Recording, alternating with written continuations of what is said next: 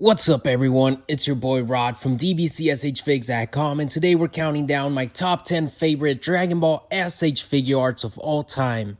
Now this isn't about rarity, resale value, or even review ratings. This is purely based on just how much I love having these figures on my shelf and being able to see them and hold them and the happiness that brings me. Make sure you drop down your own top 10 in the comments because I know some of you are going to disagree with me, and that's just part of the fun, you know? If everybody thought the same thing, then the world will be pretty boring. So yeah, leave your top 10 in the comments. All right, let's get started. So at number 10, I have Piccolo, the Proud Namekian.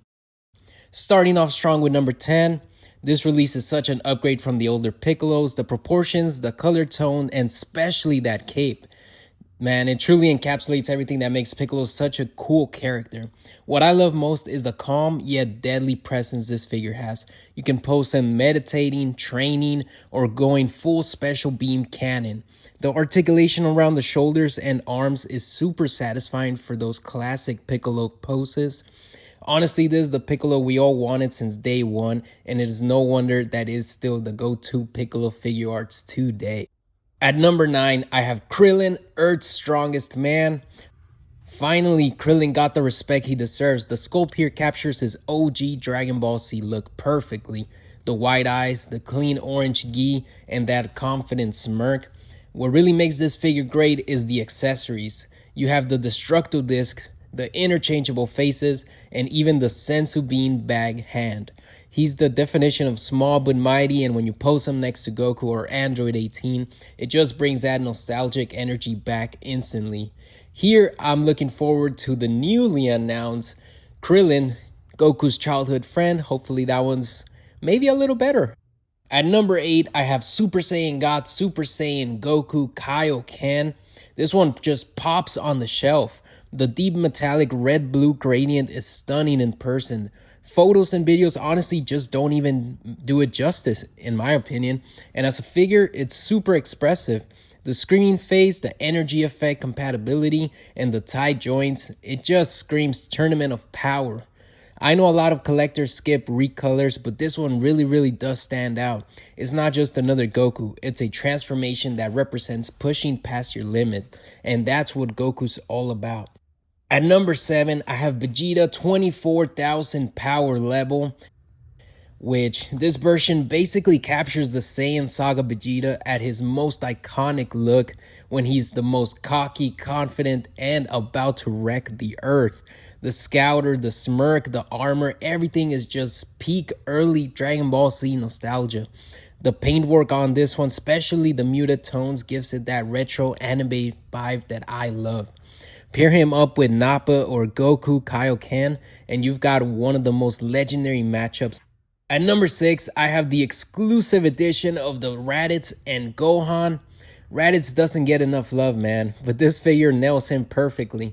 The long flowing hair, the Saiyan armor detail, and the sheer presence. He's one of the most dynamic looking figures Tamashii has ever made. And little Gohan comes in the package as well with his tail and his expressive face that just adds a perfect touch of emotion. It just reminds you of that early Dragon Ball Z once again, which I'm so nostalgic for. The set just feels like a mini story display. At number 5, I have Trunks, Boy from the Future. So we're halfway there now, and this one is all about the cool factor. The Capsule Corp jacket, the sword, the hair sculpt, everything about him just screams late 90s anime style. He's a must-have for any Dragon Ball Z collector because Trunks' debut moment is legendary. The articulation is clean, and the sword sheath actually works perfectly without limiting poses. And that confident face sculpt reminds you of how easily he took care of Frieza. At number 4, we have the underrated heroes Tien and Chiaotzu. This release is such a love letter to longtime fans. Tien looks incredible. The veins, the muscle, the sculpt, the outfit color accuracy, all spot on.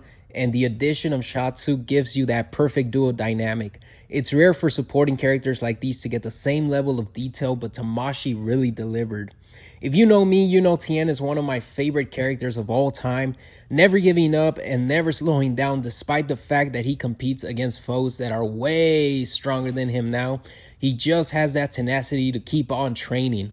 At number 3, I have Beast Gohan. This figure was an instant hit and for a good reason. The sculpted hair alone looks insane, like pure energy captured in plastic. The face sculpts are fierce, the articulation is sharp, and the aura of the figure just gives main character energy. This is the first time since the Cell Saga that Gohan truly felt like the hero, and this figure embodies that perfectly. It's one of those modern releases that instantly earns a top shelf spot, and let's just hope we see him again. Let's try and forget about the Tamashii Nation's Lightning Week fiasco. At number 2, couldn't be anybody else but legendary Super Saiyan Goku. This is the Goku that defines the word legendary. The screaming expression, the aura effect compatibility, the sharper sculpt, everything just feels premium about this figure. The yellow-orange hair tone is beautifully balanced and the shading on the gi gives it that intense anime lightning look. It comes with a Kamehameha effect piece that just completes the scene. This is very reminiscent of when Goku is fighting Frieza in that iconic battle that everyone remembers. At number 1, if you saw Wasting Money's video where I made a special guest appearance, you already knew who my number 1 figure was going to be. And it has to be the great Saiyaman. I know this might surprise some people, but this figure is just pure fun. It's stylish, it's expressive, and it's loaded with personality. You can pose him serious, heroic, or full-on goofy, and every pose works with this figure. The helmet, the sunglasses head, the cape, it's all perfect. What makes it my number 1 is how much character it brings to any shelf. Every time I look at it, I smile, and it's a reminder of that playful side of Dragon Ball that balances out all the intense battles.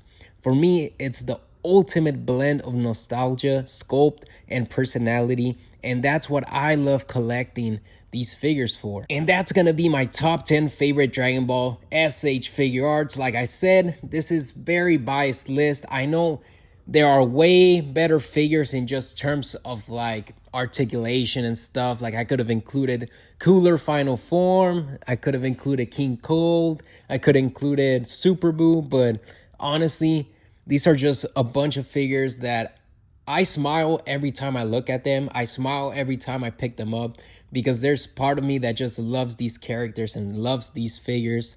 I'm glad Tamashii Nations did them greatly. But I want to hear from you. What's your top 10? Which one do you think I ranked too high or too low?